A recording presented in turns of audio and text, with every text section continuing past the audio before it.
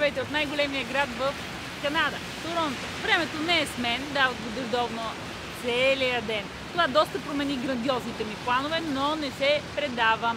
Например, няма да се кача на CN Tower, най-високата точка в града, защото нищо няма да видя. Няма да отида и до островите на Торонто, където също има прелесна гледка. Ще останам за някой друг път. Въпреки това не се предавам, дъжда няма да ме събори и ще посетя супер интересни места. Елате с мен! Зад мен е най-известният закрит пазар в Торонто – Сейнт Лоренс Маркет. Вътре е рай за чревоугодниците. През 2012 National Geographic го обявяват за най-добрия закрит пазар в света. Влизам. P-Meal Bacon Sandwich. Тук в тази пекарна го правят от 1854 година.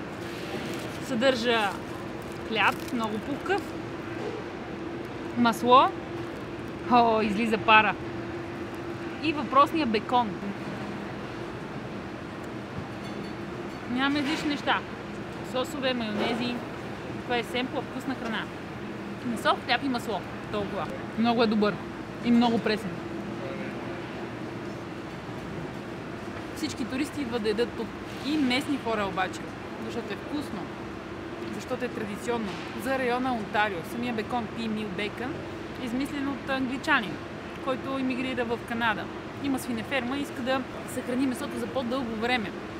Маринова го, по-скоро прави нещо като саламура и след това го изсушава леко. По този начин то се съхранява много по-продължително време и го овалва в натрушен жълт грах. И затова парчетата контрафиле са покрити с жълти частици. Но след Първата световна война вместо грах използват царевичен гриз, малко по-едър. Така че на пазара тук в Сейнт Лоренс на много от щандовете може човек да си купи големи парчета свинско контрафиле, които канадците наричат P-Meal Bacon. Цената на сандвича е 6,45, което за Торонто си е супер добре. В тази пекарна се предлагат и други варианти на сандвичи, но всички ядат този P-Meal Bacon сандвич, дори и известни хора. Виждате плото зад мен.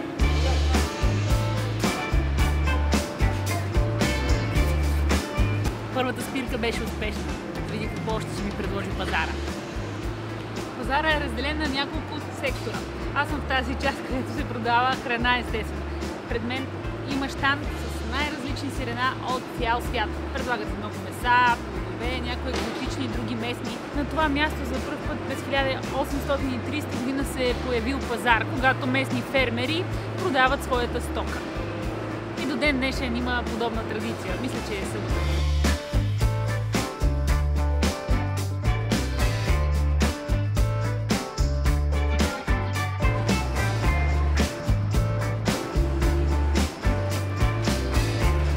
Това е мястото с бейгелите. Някои хора ги ядат натурални, други с масло или с някакво сирене намазани. Взех един класически. Това е просто хлебче с дупка по средата. Нали знаете? Един пълнозърнест. Извинявам се, един с сусан, този не е пълнозърнест.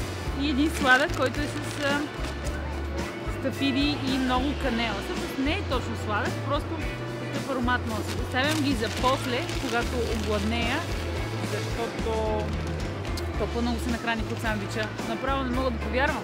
Дойдох тук гладна, нахъсана, да пробвам различна храна. Какво стана?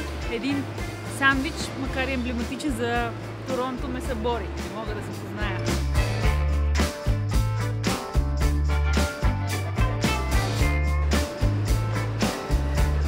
На това място има само горчица, различни видове. Първата, която ще опитаме, с клено сироп.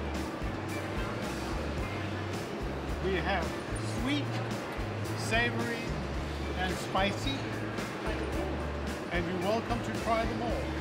Thank you very much. Горчиците са разделени на няколко вида. Има сладки, има солени, има пикантни. Сладката, която опитах, беше с клено сироп, много добра. Солената с естрагон, по-неутрална и сега някой люта ще си избира. 3 пъти хипс. Тази може би ще е най-люта. Добре. This is my favorite out of the spicy one. Добре. Но господина, тази е моя най-любимата. Тя е с крян. Now, you know that do people in Bulgaria like mustard? Yes. Not like in France. But No. still. You know where all French mustard comes from? No, where? Dijon. Blanc, Where? the same place that English mustard, German mustard, Bulgarian mustard all comes from the same place. Where is this place? Canada. Really? I'm not sure. Canada grows up to 90% of the world's I mustard. didn't know. The biggest and oldest mustard mill, you know, where they grind the seeds into powder. Where is it? In Canada! Hey, Yay! just outside of Toronto. Ah, Ontario, so. Yeah. I didn't know. Biggest and oldest. Най-голямата и най-старата фабрика или място, където се произвежда горчица е в Онтарио, много близо до Канада и сега научих Много близо до Канада. много близо до Торонто и всъщност не знаех, че Канада произвежда най-много горчица в целия свят. Мисля, че е Франция, но грешка. A lot. Като кайвер. It's very nice. Now, in the summer, I make a watermelon salad with that. Watermelon salad. Yeah. With this? And in the winter, I do mustard fried chickpeas. Also delicious. Very interesting. With watermelon, didn't try it. Диня с тази дрозърнеща горчица. А зимата човек си прави мезе с нахут и не казва, че е като хайдер. Много е приятно. Чудо се коя да взема. Аз харесвам тази с кленовия сироп, защото е леко сладка, си я представям с свинско, но и тази е много добра. One maple, one cookie. Magic.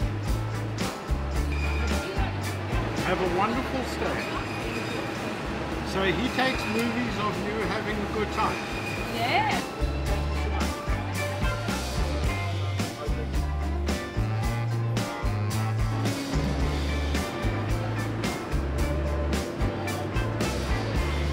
Хареса ми пазара, сандвича беше превъзходен, толкова се заситих.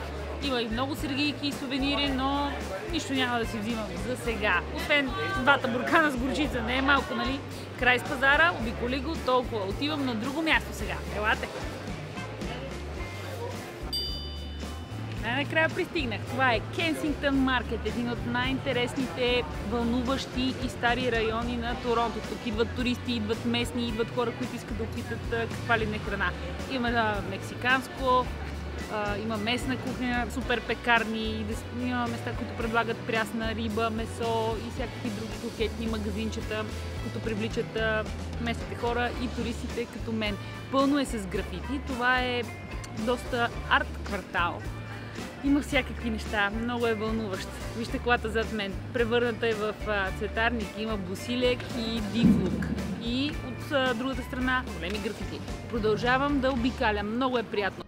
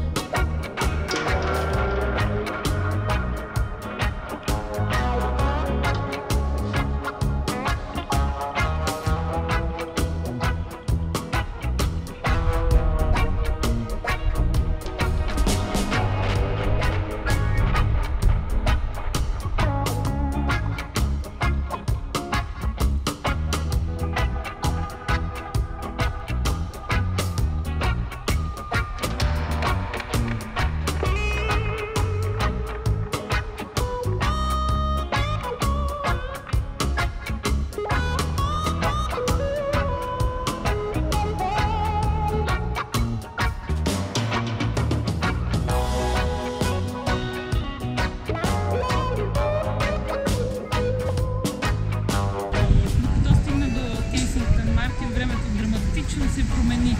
Валя ужасно. Порой направо бях отгизнала като мокра българска кокошка в Торонто. Сега се изсуших и съхнах и се обмислям вариант.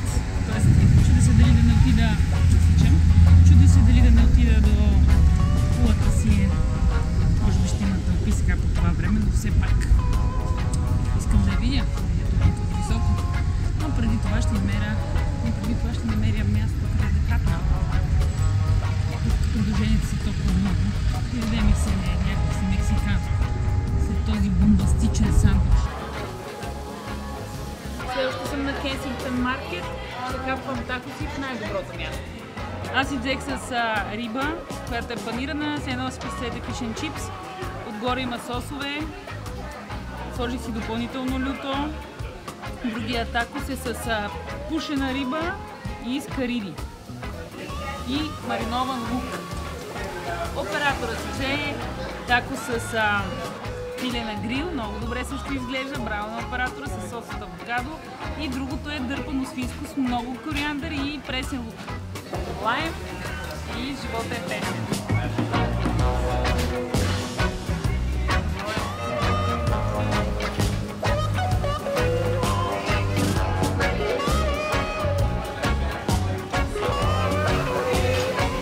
Всичко е изядено. Много беше вкусно, сочно, жестоко, пикантно, свежо. Обичам така. Близо до Кенсингтън Маркет се намира и Чайнатаун. Това е съвсем различен свят. Попаднете ли там, ще се питате дали наистина съм в Торонто. Много от надписите на магазините са и на китайски, дори улиците пълна всякакви магазини и много вкусни ресторанчета. Оставям ги за друг път.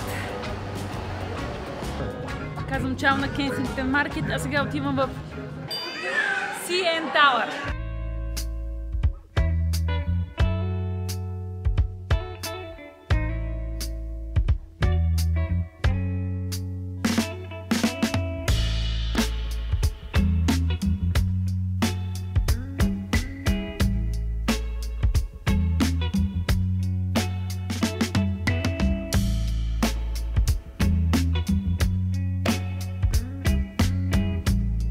Кулата е висока 533 метра и е построена през 1976 година от Canadian National. Това е железопътна компания и затова така се нарича CN Tower.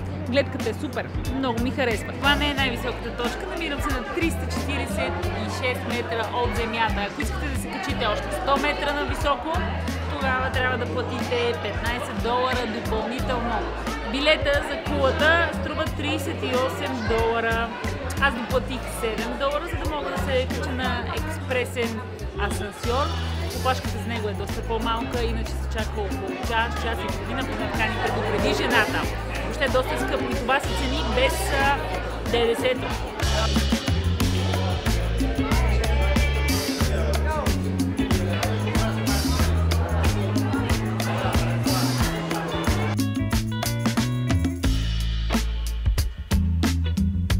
Торонто е известен и с още едно нещо, че под града има друг град, който се нарича ПАТ. Това е огромна мрежа от магазини и, мога да ги нарека дори, улици, които свързват различни бизнес сгради, небостъргачи и дори метростанции. Дължината на тази подземна мрежа е 30 км. Вътре е истинска градска джунгла на закрито. Влязох за кратко. Пълно е с всякакви хора, имаше много храна, отиваш от едно място на друго, има табели, наистина може ли въобще да не излизаш на повърхността. Сигурно взимате добра идея. Между другото, повече от 200 000 души дневно посещават пътя. Пат. Дали това значи? Дойде време да се тръгна от Торонто. Но видеото ви е харесало. Ако е така, много бих се радвала. Моята канадска обиколка продължава, така че казвам до нови срещи. Чао и приятен път!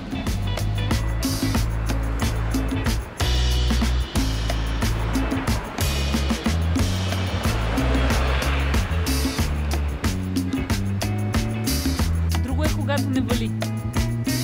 Добре. Харесвам. Много е хубаво в Торонто. Много.